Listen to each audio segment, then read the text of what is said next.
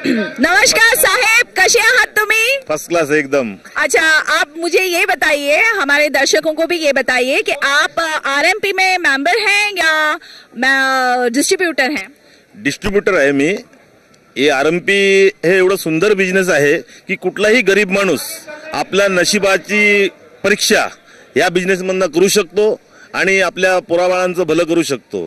कारण माझ्या माहितीप्रमाणे ही जी सध्याची महागाई आहे, या महागाईमध्ये 2000 रुपये पगारामध्ये काही घर चालत नाही, पण 5000 रुपये भरून कुठलं पॅकेज घेतलं तर त्याच्यात त्याने नशिबाने दुसऱ्यांना मदत करून तो स्वतःचंही घर चांगलं करू शकतो आणि दुसऱ्यांचंही भलं करू शकतो।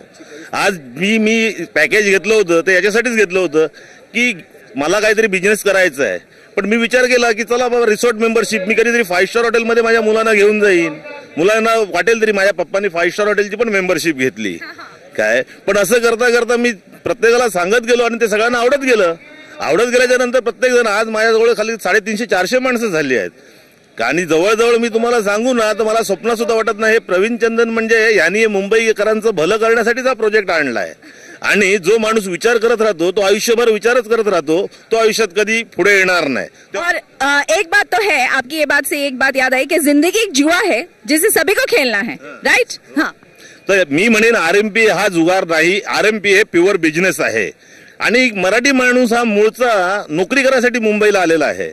मगर फिर भी अगर एक इंसान बिजनेस में पैसे लगाता है तो वो एक प्रकार का जुआ होता है, क्योंकि बिजनेस जरूरी नहीं है श्योर शॉट 100% चलेगा ही चलेगा। आपने पाव भाजी की दुकान डाली या आपने पान बीड़ी की दुकान डाली तो वो जरूरी नहीं है कि ये नुक्कड़ पर चलेगी ही चलेगी, आप फ्लॉप भी हो सकते हैं। मगर आरएमपी में क्या ऐसा है? मॅडम, लाखो रुपये टाकून बिझनेस मध्ये लॉस जाण्यापेक्षा 5000 रुपयाचं पॅकेज घेऊन हे जर बिझनेस केलं तर करोड रुपये कमवू शकतो, हे ब्रह्मदेवाच्या बापाला सुद्धा खरं वाटणार नाही। आलं का लक्षामध्ये? आणि या बिझनेसमध्ये मी तुम्हाला सांगतो की नाही, आज किती जण घरकाम करणारी माणसं सुद्धा आज रुबाबमध्ये इकडे येतात। प्रवीण चंदनना मी खरोखर 100 वेळा त्यांना धन्यवाद देतो की असं तुम्ही जे प्रोजेक्ट आणला आहे, या प्रोजेक्टमध्ये काम करते वेळी कोणालाही असं वाटणार नाही की माझे पैसे कुठे गेले। आज त्यांनी आरएमपी नगर सारखं प्रोजेक्ट आणलं, तुम्हाला आवडेल ते सोलार लॅम्प आणला, वॉटर प्युरिफायर आणलं, ग्रीनेक्स प्रोडक्ट आणलं, हेल्थी प्रोडक्ट आणलं, कस्टमर सॅटिस्फाईड। म्हणजे जे तुम्ही पैसे देता ना, तुमच्या मनामध्ये अशी कुठलीही चिंता राहता कामा नये। फक्त संध्याकाळी घरी येऊन झोपण्यापेक्षा 4 तास जर इथे तुम्ही जर उभे राहिलात तर तुमचं नशीब चांगलं होत आहे, मग का घरी जाऊन झोपता? आज इथे बरीचशी अशी माणसं आहेत, गरीबातली गरीब माणसं की आज रुबामध्ये कोट बीट घालून, त्यापैकी मी पण एक आहे।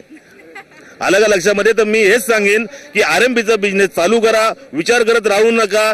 तुमचा ज्यांनी तुम्हाला मार्ग दाखवला आहे हा चांगला मार्ग आहे आणि तुम्ही दुसऱ्यांना तो मार्ग दाखवा आणि स्वतःचं नाव करून घ्या। आज मला ज्यांनी मार्ग दाखवला QS खान म्हणून मियाबाई आहेत ते, पण मला तो मार्ग आवडला। मी त्यांना आज समजतो अरे तुम्ही मला हा मार्ग दाखवला नसता तर आज मी असा रुबामध्ये ते उभा नसतो।